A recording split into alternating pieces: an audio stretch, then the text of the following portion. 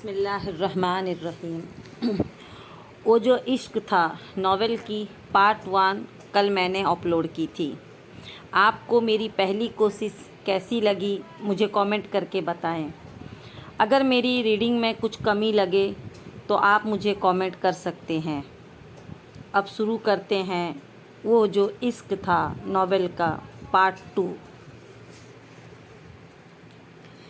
جتنی بار اس نے یہ خط پڑھا تھا اس کے اندر نئے سرے سے توڑ پھوڑ ہوئی تھی۔ کتنی بار وہ ٹوٹ کر بکھرا تھا، رویا تھا۔ حویلی کے سرداروں نے جس وقت مہراب عبدالکریم کی موت کا فیصلہ سنایا وہ یوں ساکت بیٹھا تھا گویا تن مردہ میں جان ہی نہ ہو، گویا مہراب عبدالکریم کی موت سے اسے کوئی لینا دینا ہی نہ ہو۔ مریم بیگم خود زندہ لاش بن کر رہ گئی تھی۔ کوئی لمحہ ایسا نہیں تھا جب ان کی آنکھیں خشک ہوتی ہوں۔ ایک بیٹی کی المناک موت کے بعد دوسری بیٹی کو کھونے کی ہمت ہی نہیں تھی ان کے اندر۔ تبھی ہمہ وقت جائے نماز پر بیٹھی وہ بس ایک ہی دعا کرتی تھی کہ مہراب زندگی میں کبھی لوٹ کر حویلی میں نہ آئے۔ سردار عبدالرحیم نے زارون کو کال کر کے حویلی کے تازہ حالات بتا دیے تھے اور اس نے ان سے درخواست کی تھی کہ جب تک وہ امریکہ سے واپس نہیں آتا مہراب عبدالکریم کی سزا پر عمل درآمد نہ کیا جائے۔ پورے 24 گھنٹے گزرنے کے بعد حویلی میں سب سے بات کر کے وہ مہراب کے پاس آیا تھا جو پچھلے 24 گھنٹے سے بھوکی پیاسی بیٹھی بس رو رہی تھی۔ ایک خوشخبری ہے تمہارے لیے۔ مسکراتی نگاہوں سے اس کا مرجھایا چہرہ دیکھتے ہوئے وہ اس کے قریب ہی ٹک گیا تھا۔ وہ پتھر کی مورت بنی بیٹھی رہی تھی۔ پوچھو گی نہیں کیا خوشخبری ہے؟ اس وقت مہراب کی حالت اسے لطف دے رہی تھی۔ وہ چپ رہی تھی۔ چلو میں خود ہی بتا دیتا ہوں۔ تمہارے عباد عبداللطیف صاحب نے طلاق دے دی ہے تمہیں، اور اس کے طلاق دینے کے بعد حویلی کے سرداروں نے تمہاری بہن کی طرح تمہارے لیے بھی موت کی سزا طے کر دی ہے۔ آسان لفظوں میں اب اگر تم حویلی جاتی ہو تو تمہاری زندگی کی کوئی گارنٹی نہیں۔ اب بتاؤ آگے کیا پلاننگ ہے تمہاری؟ وہ اتنا مطمئن اور مسرور تھا کہ مہراب برستے آنسوؤں کے ساتھ حیرانی سے اسے فقط دیکھتی رہ گئی تھی۔ کسی انسان کا ایسا گھناؤنا شیطانی روپ بھی ہو سکتا ہے؟ اسے آنکھوں دیکھ کر بھی یقین نہیں آ رہا تھا۔ کیا ہوا؟ یقین نہیں آ رہا؟ لو ریکارڈنگ سن لو۔ مجھے پتا تھا تمہیں یقین نہیں آئے گا، اسی لیے کال ریکارڈ کر لی۔ ابھی حویلی بات ہوئی ہے، جو تازہ حالات ہیں وہاں کے وہی بتا رہا ہوں تمہیں۔ اسے خاموش دیکھ کر وہ پھر مسکرایا۔ مہراب کے برستے آنسوؤں میں مزید شدت آ گئی تھی۔ کتنا آسان تھا اس شخص کے لیے کسی کی بھی زندگی کو ادھیڑ کر رکھ دینا۔ موبائل کے اسپیکر سے کمرے میں اس وقت سردار عبدالرحیم کی غصیلی آواز گونج رہی تھی۔ وہ جیسے جیسے سنتی گئی اس کا وجود بے جان ہوتا گیا۔ واپسی کے سارے دروازے بند ہو گئے تھے۔ زندگی کے سارے دروازے بھی بند ہو گئے تھے۔ زارون نے ہاتھ بڑھا کر اس کے آنسو پوچھ دیے تھے۔ آ گیا یقین؟ چلو اب میں تمہیں بتاتا ہوں یہ سب کیسے ہوا۔ اصل میں تم نے بھی وہی نایاب والی غلطی کی، میرے منہ پر مجھے رد کر دیا۔ صرف رد نہیں، وارن بھی کر دیا۔ ذرا سوچو کیسے تمہیں تمہارے حال پر چھوڑ سکتا تھا۔ بہت سوچا، کیا ایسا کروں کہ تم خود رو رو کر مجھ سے میری رفاقت مانگو، سوائے میرے اور کوئی تمہارا حقدار نہ ہو۔ بہت سوچ سوچ کر یہی حل سمجھ میں آیا کہ تم سے تمہاری پاکیزگی چھین لوں۔ یہ سب آسان نہیں تھا، اس لیے مجھے پوری پلاننگ کرنی پڑی، بالکل ویسی ہی جیسی نایاب کے لیے کی تھی۔ لہٰذا تمہارے کیس میں بھی وہی دوست کام آیا جسے آدھی رات کو نایاب کے کمرے میں بھجوا کر اس پر اس کی بدکرداری ثابت کی۔ پہلے داڑھی رکھوائی، پھر اسی مدرسے میں سفارش کر کے بلا معاوضہ ملازمت پر لگوایا جہاں بابا نے تمہارے داخلے کی اجازت دی تھی۔ صرف میری دوستی میں اس نے صرافت کا چوگا پہن کر مدرسے کی سادہ لو انتظامیہ کا اعتماد جیتا، لیکن صرف اس کا کردار کافی نہیں تھا، اس لیے اس کے ساتھ غزالہ کی مدد لینی پڑی۔ غزالہ کو تو جانتی ہو نا، تمہاری دوست، وہی دوست جو تم سے اور مدرسے والوں سے جھوٹ بول کر صرف میری حکم پر تمہیں اپنی بیمار ماں کی جھوٹی کہانی سنا کر بیوقوف بنا کر اپنے گھر لے جاتی رہی، اور تمہارے سامنے اپنی معذور ملازمہ کو اپنی ماں بنا کر تمہاری ہمدردی حاصل کرتی رہی۔ تمہارے تو فرشتوں کو بھی خبر نہیں ہوگی کہ یہ سب میں نے کیا۔ پر کیوں کیا؟ چلو بتا دیتا ہوں، کیا یاد کرو گی تم بھی کہ کیسے سچے کھرے انسان سے پالا پڑا تھا؟ ڈیئر محراب عبدالکریم، میں نے یہ سب تمہیں تمہاری عباد کے زندگی سے نکالنے کے لیے کیا۔ اب تم لاکھ چیخ چیخ کر سب کو بتاتی رہو کہ میں نے تمہارے ساتھ یہ شیطانی کھیل کھیلا ہے، مگر کوئی تمہاری بات پر یقین نہیں کرے گا۔ بھلا کیوں؟ کیونکہ میں تو پاکستان میں تھا ہی نہیں۔ اپنی بات مکمل کرتے ہی وہ دل کھول کر ہنسا۔ محراب ساکت بیٹھی اسے سنتی اور دیکھتی رہی تھی۔ کتنی بھولی ہو نا تم بھی، بلکہ نہیں، تم تو بے وقوف ہو۔ میں نے کہا میں عباد عبداللطیف کے حق میں دستبردار ہو رہا ہوں اور تم انہیں یقین کر لیا۔ اچھی طرح مجھ سے واقف ہونے کے باوجود یقین کر لیا تم نے، کتنی حیرانی کی بات ہے۔ اس بار اس کا چہرہ اپنے ہاتھوں میں لے کر اس نے کہا۔ محراب نے نفرت سے منہ پھیر لیا تھا۔ دور رہو مجھ سے زارون عبدالرحیم، مت بھولو کہ اللہ سے بڑا پلانر اور کوئی نہیں۔ وہ جب کسی ظالم کی رسی کھینچنے پر آتا ہے نا تو اسے توبہ کی توفیق بھی نہیں دیتا۔ کیا خبر تمہاری جو پلاننگ ہے تمہیں اس میں کامیاب ہونے کی مہلت بھی ملتی ہے یا نہیں؟ اچھا، پھر دھمکی دے رہی ہو مجھے؟ دھمکی نہیں، بددعا دے رہی ہوں۔ چونٹی ہو تم محراب عبدالکریم، میرے سامنے چونٹی جتنی حیثیت بھی نہیں ہے تمہاری۔ بے فکر رہو، تمہاری بددعائیں مجھ پر کوئی اثر نہیں کرنے والی۔ وہ اس کا مذاق اڑا رہا تھا۔ محراب لہو رنگ آنکھوں سے اسے دیکھتی صبر کے گھونٹ پی کر رہ گئی تھی۔ محراب عبدالکریم کے اغوا کا وہ تیسرا دن تھا جب زارون نے اسے بے ہوشی کی حالت میں حویلی سے قدرے فاصلے پر پھینک دیا تھا۔ شام ڈھل رہی تھی۔ دن بھر کے تھکے ہارے پرندے اپنی اپنی چونچ میں بچوں کا رزق سمیٹ کر افق کے اس پار ڈوبتے سورج کی نارنجی کرنوں کے ساتھ ساتھ اپنے گھونسلوں کو واپس پلٹ رہے تھے۔ تب ہی حویلی کے ایک ملازم کی نگاہ اس پر پڑی تھی۔ جگہ جگہ سے پھٹے ہوئے کپڑوں میں ملبوس وہ حویلی سے چند قدم کے فاصلے پر اوندھے منہ بے ہوش پڑی تھی۔ ملازم کی نظر جیسے ہی اس پر پڑی اس نے فوراً حویلی اطلاع کر دی تھی۔ ایک قیامت اس حویلی پر 3 روز پہلے ٹوٹی تھی جب وہ اغوا ہوئی تھی، اور ایک قہر اب ٹوٹا تھا جب وہ واپس آ گئی تھی۔ مریم بیگم کا رو رو کر برا حال تھا۔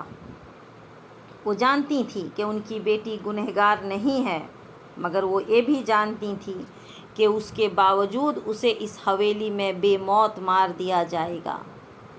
حویلی کے پچھواڑے میں بے گور و کفن دفن ہونے والی اس بدنصیب حویلی کی بدنصیب خواتین میں ایک اور اضافہ ہو جائے گا۔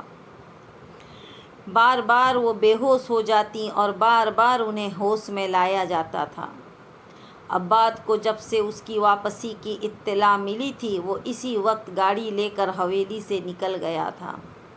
سردار عبداللطیف بز تھے کہ جو خطا محراب سے ہوئی ہے اس میں کسی طور معافی کی کوئی گنجائش نہیں، لہٰذا جتنی جلد ہو سکے محراب کی سزا پر عمل کیا جائے۔ مگر سردار عبدالرحیم زارون کی وجہ سے معاملہ لٹکا رہے تھے۔ مریم بیگم جب بھی ہوش میں آتیں باری باری دونوں سرداروں کے پاؤں پکڑ کر ان سے اپنی بیٹی کی زندگی کی بھیک مانگتیں، مگر وہاں ان کی التجائیں کوئی اثر دکھانے والی نہیں تھی۔ محراب عبدالکریم کو رعایت دینے کا مطلب تھا حویلی کے دیگر لڑکیوں کو غلط راستے پر آگے بڑھنے کا حوصلہ دینا، اور یہ وہ کسی صورت گوارا نہیں کر سکتے تھے۔ تب ہی سردار عبدالرحیم نے زارون پر واضح کر دیا تھا کہ وہ جلد از جلد حویلی پہنچے تاکہ محراب کو دی جانے والی سزا پر عمل کیا جا سکے۔ زارون نے حامی بھر لی تھی اور اب وہ حویلی میں موجود تھا۔ پتھر کی مورت بنی محراب کو مریم بیگم نے جی بھر کر پیٹا۔ اگر زینب بیگم نہ سنبھالتی تو شاید وہ اس کی جان ہی لے لیتی۔ بیٹی کی بے گناہی کا یقین ہونے کے باوجود انہیں اس پر غصہ تھا کہ وہ اس کے منع کرنے کے باوجود مدرسے کیوں گئی تھی۔ اگر وہ ان کے حکم پر مدرسے جانا چھوڑ دیتی تو آج یہ دن نہ دیکھنا پڑتا۔ زارون سردار عبدالرحیم اور عبداللطیف کے ساتھ بیٹھا تھا۔ سردار عبداللطیف کہہ رہے تھے، اس لڑکی نے اپنی بہن کے نقش قدم پر چلتے ہوئے پورے علاقے میں ہماری عزت خاک میں ملا دی ہے۔ میرا اور میرے بیٹے کا ظرف تھا کہ اس کی بہن کا گناہ بھلا کر ہم نے اسے عزت دی، نام دیا، مگر اس نے کیا کیا؟ ہمیں ہی اپنے انتقام کی عزت پر رکھ لیا۔ خط پڑھو اس کا، کیسے باغیانہ خیالات ہیں اس لونڈی کے، اپنے ہی بزرگوں کے خلاف۔ آج اسے معافی دینے کا مطلب ہے حویلی کی روایات کے خلاف جانا، نئے آنے والی پیڑھی کے لیے خود برائی کی راہ ہموار کرنا، اور ایسا میں کسی صورت نہیں ہونے دوں گا۔ ان کے بیٹے کا دل ٹوٹا تھا، لہٰذا ان کا غصہ جائز تھا۔ زارون نے ان کے ہاتھ تھام لیے۔ میں مانتا ہوں چاچا سائیں کہ آپ کی ہر بات بالکل درست ہے، مگر یہ بھی تو دیکھیں مریم چچی کس حال میں ہیں۔ ابھی 7 ماہ پہلے ان کی ایک جوان سالہ بیٹی اسی حویلی میں کاری ہوئی ہے، وہ کیسے یہ صدمہ برداشت کریں گی؟ جیسے بھی کرے ہمیں پرواہ نہیں، اپنی بیٹیوں کی پرورش میں جو کوتاہی اس سے ہوئی ہے اس کی سزا اسے ملنی چاہیے۔ نہیں چاچا سائیں، ان کی ساری زندگی ہمارے سامنے ہے، اپنی بیٹیوں کی پرورش میں ان سے کہیں کوئی کوتاہی نہیں ہوئی۔ یقیناً معاملہ کچھ اور ہے۔ میں محراب کو بہت اچھی طرح جانتا ہوں، وہ ایسی لڑکی نہیں ہے۔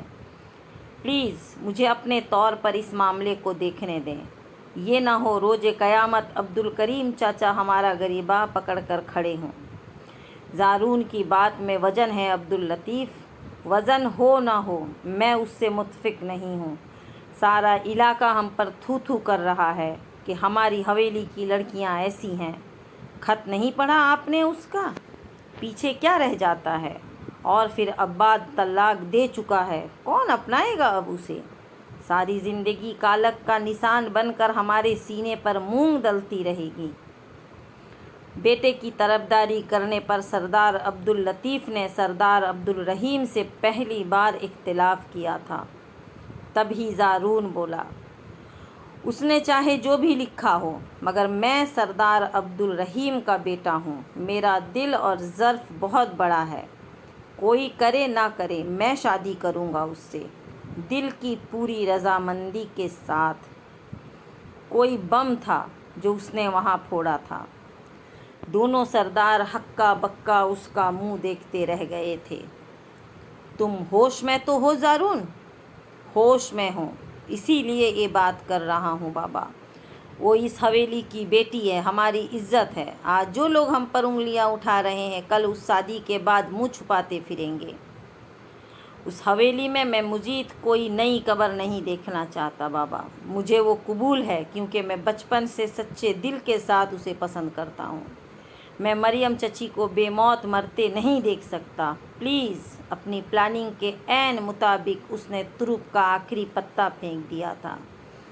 مردان خانے میں خاموشی چھا گئی تھی، گہرے سناٹے میں لپٹی خوفناک خاموشی۔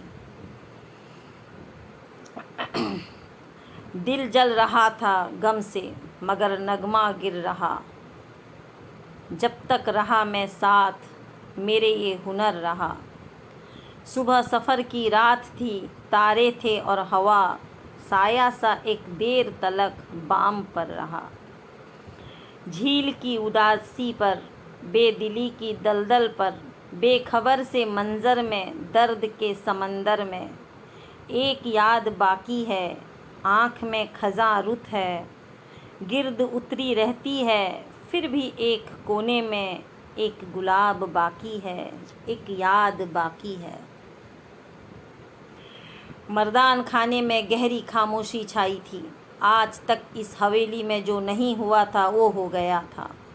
بے یقینی سی بے یقینی تھی۔ سردار عبدالرحیم ایک طرف بیٹے کی جرات مندانہ قدم پر مسرور تھے تو دوسری طرف ان کو علاقے کے معززین کی بھی فکر تھی۔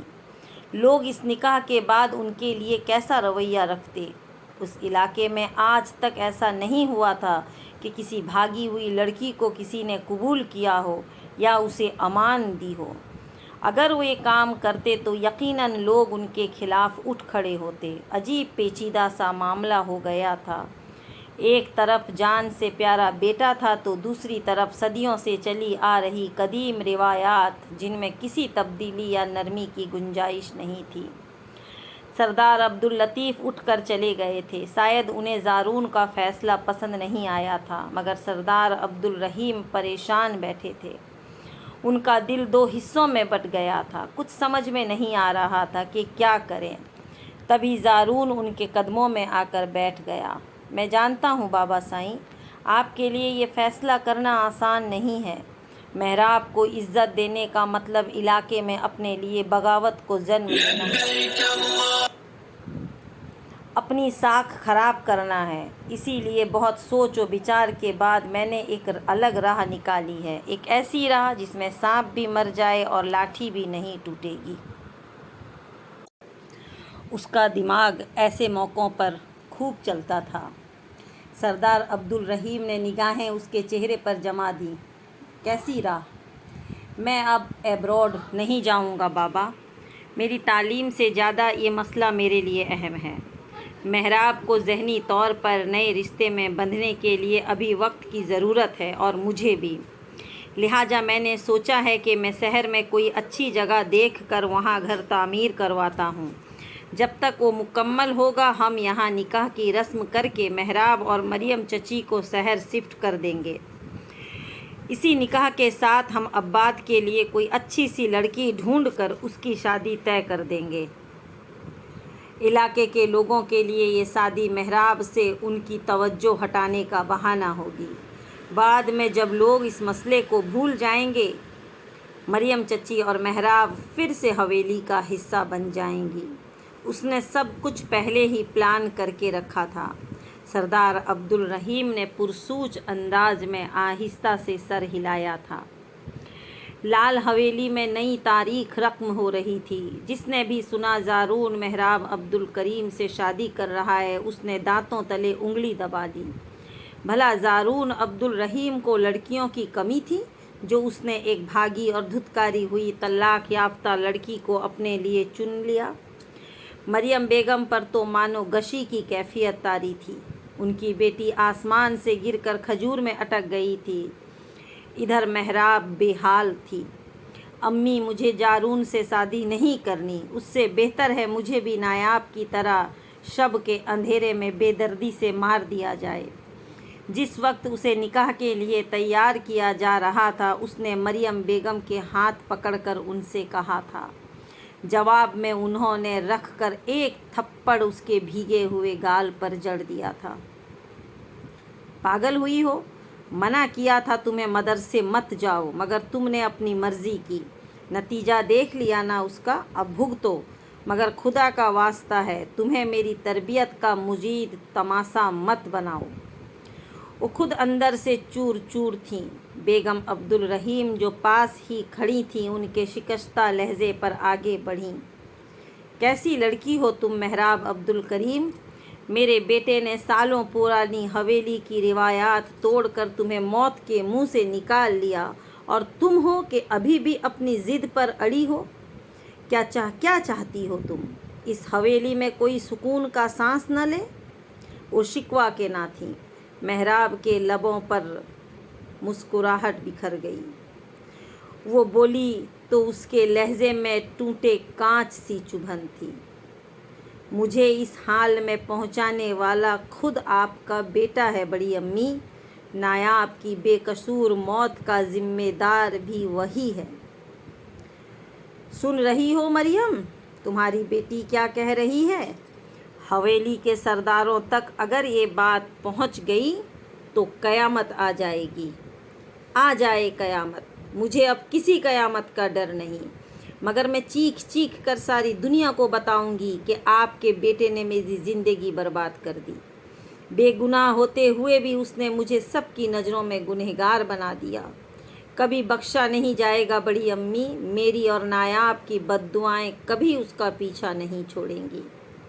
بس بہت ہو گیا، زبان بند کرو لڑکی، نہیں تو چیل کوے تمہاری بوٹیاں نوچ کھائیں گے۔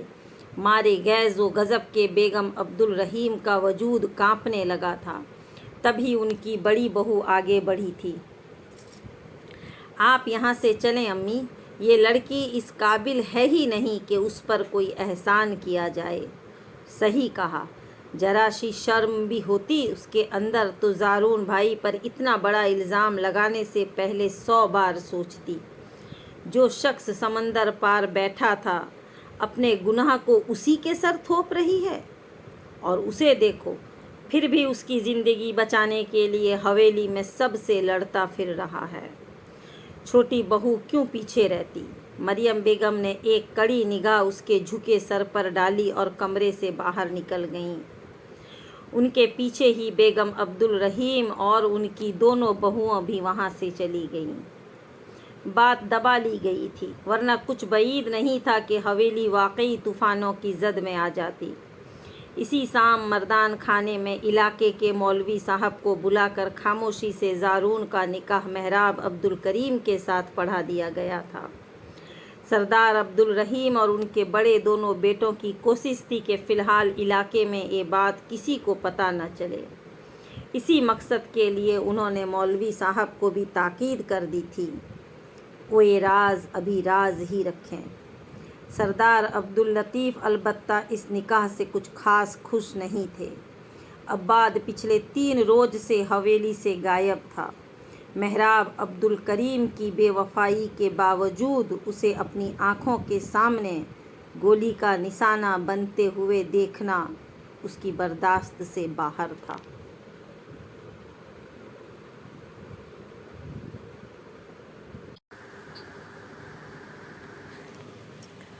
اس رات پورے 3 دن حویلی سے غائب رہنے کے بعد وہ حویلی واپس لوٹا تھا۔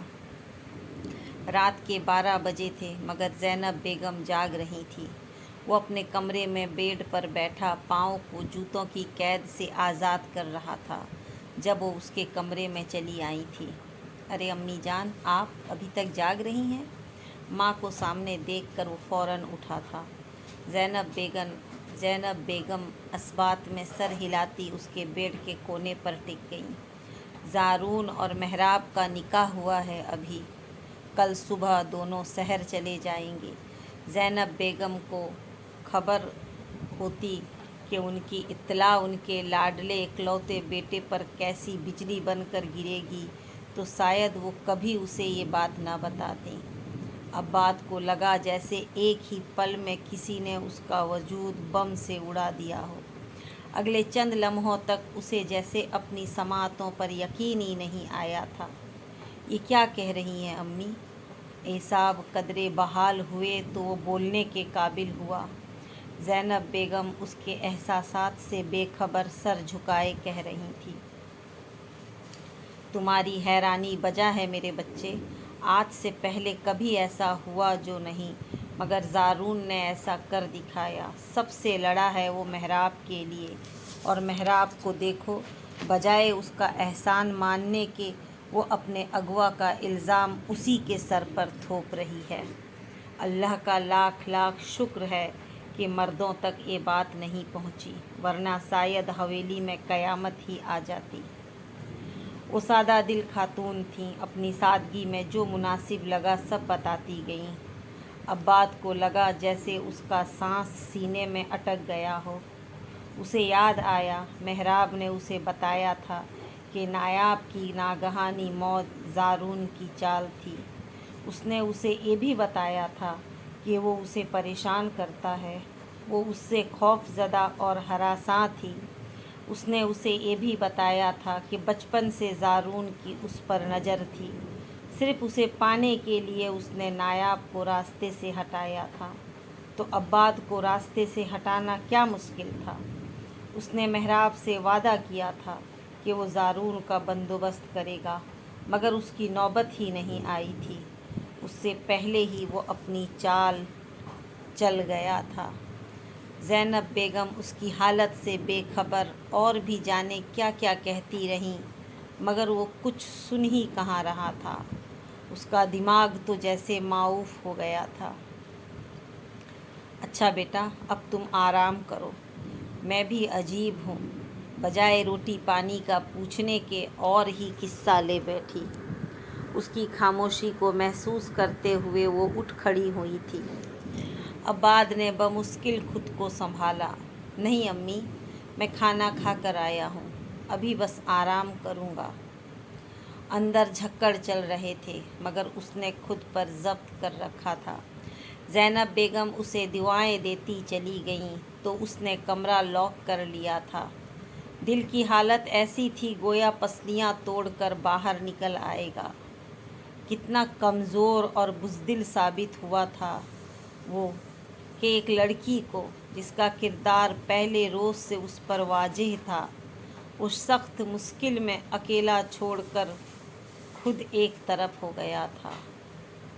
کیسی بودی محبت تھی اس کی کہ اس نے اپنی محبت کا یقین کرنے کے بجائے اجنبی لوگوں کا یقین کیا، اور زارون نے ہی اسی سے فائدہ اٹھا لیا۔ ایک ذرا سی چال سے اس نے ہر وہ راستہ بند کر دیا جس سے وہ محراب تک پہنچ سکتا تھا، جس سے محراب تک اس کی رسائی ممکن ہو سکتی تھی۔ کتنا شاطر نکلا تھا وہ، اور کتنا بڑا بیوقوف ثابت کیا تھا اس نے عباد لطیف کو۔ کاش وہ اس کی طرف سے غافل نہ رہتا تو آج یہ نوبت نہ آتی، وہ یوں چھپ کر وار نہ کرتا۔ اس وقت کمرے کی کوئی بھی قیمتی چیز اس کے غصے سے محفوظ نہیں رہ سکی تھی۔ اس کا بس نہیں چلتا تھا وہ پوری حویلی کو توڑ پھوڑ کر رکھ دے۔ کیا سوچتی ہوگی محراب اس کے بارے میں؟ بس یہی تھی اس کی مردانگی، اس کی محبت، اس کا اعتبار۔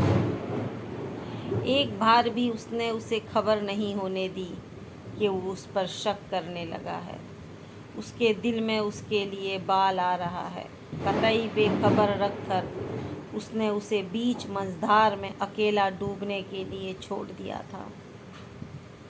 کتنا بڑا نقصان کر دیا تھا اس نے اس کا، ایسا نقصان جس کا ازالہ وہ جان دے کر بھی ادا نہیں کر سکتا تھا۔